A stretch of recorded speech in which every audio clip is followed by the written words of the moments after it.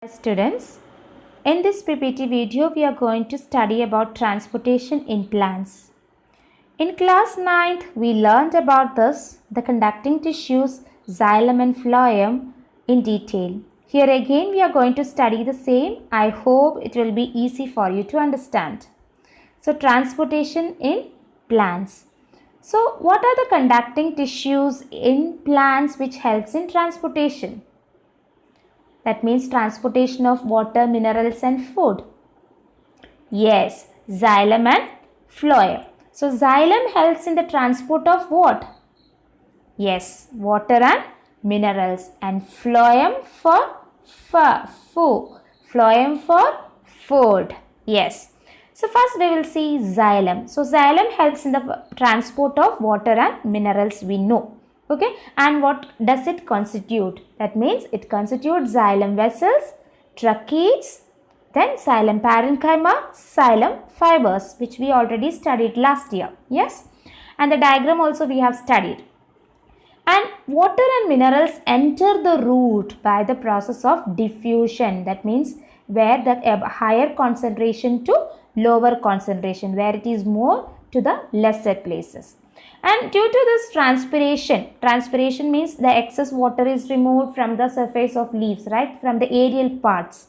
So that when the water is been removed like that, like evaporates, what happens? A force is created which helps the movement of water upwards. So that is how that suction force helps in the upward movement of water and minerals. And here you can see the diagram of this. Then tracheids, you can see the vessels, fiber, and the transportation, how it is been taking place. Water is absorbed by the roots and water travels through plant. That means here through this way and through the surface of the leaves it evaporates. Water evaporates from the leaf surface. And in the case of the transport of water in xylem tissue, the vessels, tracheids of the root, stem and leaves are interconnected. See, they are interconnected and they form a continuous system. Therefore, form a continuous system of water conducting channels reaching all parts of the plant body or all parts of the plant. And at the roots, the cell is in contact with the soil. The cell is in contact with the soil and helps in taking up ions. So this creates a difference in the concentration of this iron between the roots and the soil. Okay, this creates a difference in the concentration of these roots and soil. So water therefore moves into the roots. Water therefore moves into the roots from the soil to eliminate this difference. So this means there is a steady movement of water into the xylem. There is a steady movement of water into the xylem, creating a column of water that is steadily pushed upwards. That means this will help in the movement of water upwards.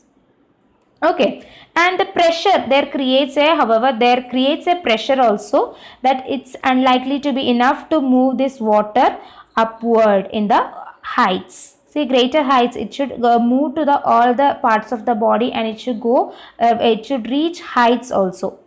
So this is how the water is been moving through in the xylem tissues. Okay, now we can see about phloem. Phloem, it helps in the transport of food. So where the food is prepared, where is the food factory? Yes, the leaves, and it is been prepared by the process of photosynthesis.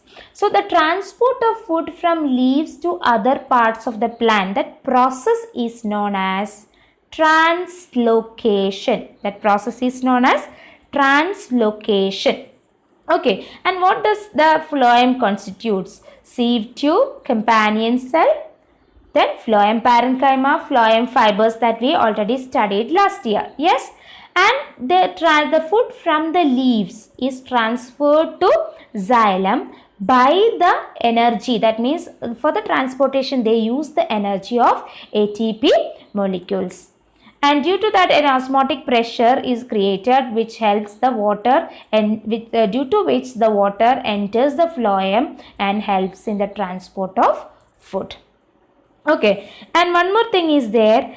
The translocation of food and other substances takes place in the sieve tube with the help of adjacent companion cell, both in upward and downward direction. Means what? The leaves is the food factory, so the food should reach upward as well as downwards. So the translocation of food and other substances takes place in the sieve tube with the help of companion cell in the both the upward as well as downward direction. And translocation of phloem is actually they are using energy. They are also using energy, and some materials like sucrose is transferred into phloem tissue using the energy from ATP. ATP, you know, adenosine triphosphate. Okay, and there creates an osmotic pressure again, pressure of tissues causing water to move into it, and this pressure moves the materials. This pressure of water moves the material into the tissue which have less pressure. Okay, there creates a pressure which moves the material in the phloem to tissues which have less pressure. So this allows the phloem to move material according to the plant's need. So wherever it is less, it will be transported to that direction. So wherever it is needed, it will be transported in that way. Okay, so this is all about xylem and phloem. So I hope it is clear to you. Xylem and phloem. Xylem helps in the transport of water and minerals. Phloem helps in the transport of food. Okay, here you can see the diagram of xylem and phloem, and the same is been you can see the diagram will be given in the last year's textbook as well. The detailed diagram is given in your textbook. So the parts of already you know the parts of xylem as well as phloem. And you can see here the importance of transpiration. So transpiration, you know, the removal of excess water from the aerial parts of the plant is known as transpiration. So what is the advantages of this transpiration or importance of this transpiration? So ascent of sap means it is the upward movement of water and minerals through the xylem. Ascent of sap means it is the upward movement of water and minerals through the xylem. Ascent of sap. Then removal of excess water, that means whatever excess water is there in the plant is being removed with the help of transpiration. Then cooling effect. Cooling effect means it helps to regulate the temperature of plant. And we can feel very cool when we are under a tree, right? So cooling effect. Then absorption and distribution of salt means what? The continuous water current produced by transpiration helps to absorb and distribute salt. So the continuous flow of water is there. So that will helps to absorb and distribute the salt which is being absorbed by the plants. Okay, this is all about transpiration. I hope it is clear to you. Thank you.